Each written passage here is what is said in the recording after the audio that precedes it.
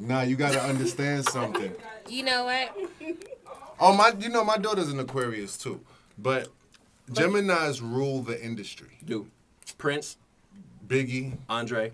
Tupac. Guess who rules the world? You know what I mean? Guess who rules the world? The president. I'm a Leo. Hello. He rules the world. The president doesn't rule anything, but Okay. Okay, Congress does, but all right. thank you. The president's just a puppet. But no, you didn't hear that here. I'm sorry. But still go vote, though. Still go vote.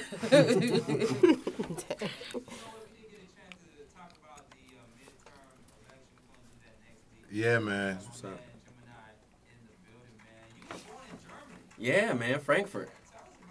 Man, well, you know, I was a military brat. I actually came kind of from a military family.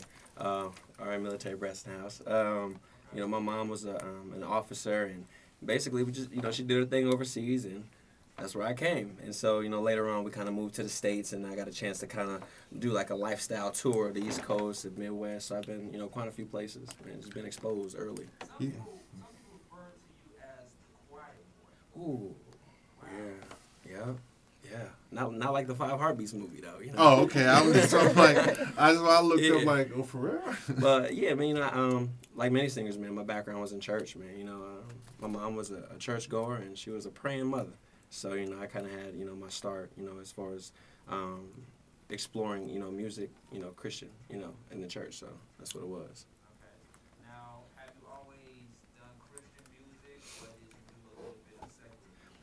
Well, actually, man, I did secular, actually. This is like my, you know, this project is big because it's something that I've never done before.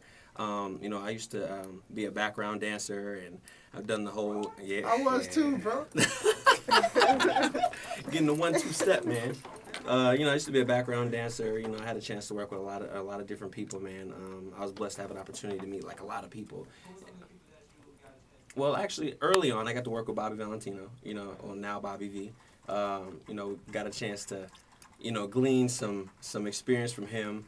Later, I went on a couple promo dates with Marion, Marcus Houston, and Bobby V. So, you know, I had the opportunity to kind of get in there. And the old school, you may know who this is, Monifa. Of course Yeah, I know Monifa. Monifa. We know.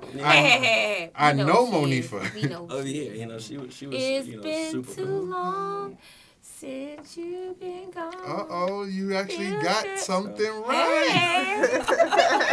Hey. You know, she'll say, "Oh, I know her." She'll start singing like a tweet record. How you have how you kidding? Wow. And then you know, just had opportunity to do that, man. And you know, now I'm actually exploring in different genres. So this is definitely a big move for me. You know, from doing that, from doing R&B. What was the biggest advice that you got or that you received from some of the people that you just named?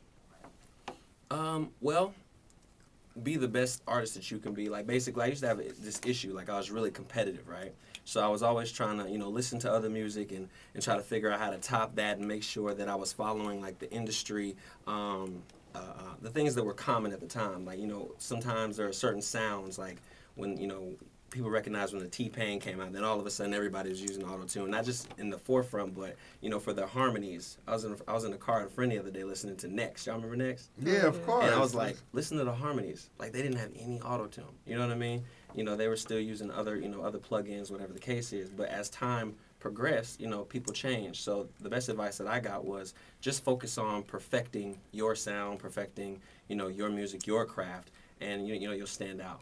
And that was the best, because it took a lot of weight off me, man, because it's a lot of pressure trying to please everybody musically, trying to, you know, be hot instead of trying to be creative. So right. that was the thing.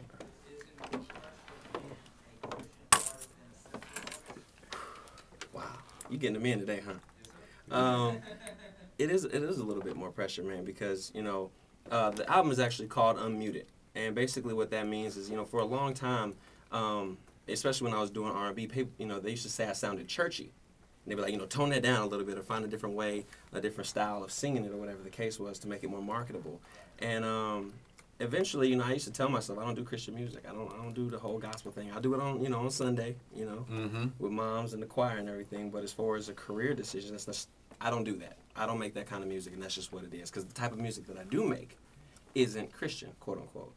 And now, you know, with a little bit of age and a little bit of experience, you know, I'm really confident in the fact that, you know, Christian music is not about a genre. It's not about a style of music. It's about the source behind the music. It's really about the heart behind the music. So now I confidently, you know, I make music that is geared toward, you know, geared toward God. So I mean, I'm cool. You know, and I made this argument a while back because, you know, I used to do a Christian gospel radio show back Okay. in the day. Yeah. And I had some of the most amazing, talented artists like yourself. I had people from Dice Campbell to, who else? You know, they're like, wow. Dice Campbell, Kiwi, who else, man? It was just so many, Fidel, I'm trying to think of the names, but I'm trying to think of some more names. But I mean, it was just so many talented gospel, Christian, holy hip hop artists that I had on my show back then. But at the same time, they weren't getting the recognition that they deserve. Yeah. And in my opinion, they sound almost or 10 times better than most of these mainstream cats that are out there. You know what I mean? Yeah, definitely. Man, that's something that that's a conversation being had at a whole bunch of tables right now. You know what I mean? I have this conversation like every other weekend, and what it's really about is, from a business perspective, I think it's just the marketing. We have to, you know, as a genre, I don't think that we've done a awesome job at catering to, you know, just the lifestyle brand of the average consumer. I forgot what it was, but I know that Christian music makes up like less than like 4% of all CD sales in America. You know, but we live in like an over 75% Christian nation, so it's kind of like, you know, these numbers. How do you do it? How do you do it? But I think it's really just about us being able to appeal to people without being abrasive. You know what I mean? I think that Christian music has some of the most talented people, but we have to just kind of still find out what type of packaging, you know, that's going to make it really appealing to the mainstream. So. Right. And I can also throw out names such as Canton Jones. Yes, my guy, man, he's cool. Mary. You know, when I say those names, everybody be like, oh, I know who they are. Right. You know what I mean? But if there's like another independent artist, like, you know, somebody like well, I'm not going to say their names, you know, over the air, but if it's somebody that they don't know, you know what I mean? Right. You know, but when they hear the product, they want to be like, oh man, you know, where is he from? Or where can I get his music Right. from? You know what I mean? So. I want to put the responsibility not only on the producers and the people making the music, but also the listeners, you know, because you can only really put out what people are taking in. You know, if people are not willing to, you know, pay for good music, you know, people are going to stop making good music, and you're going to get the trash. Exactly. Yeah, you're going to get the hide your kids, hide your wife records.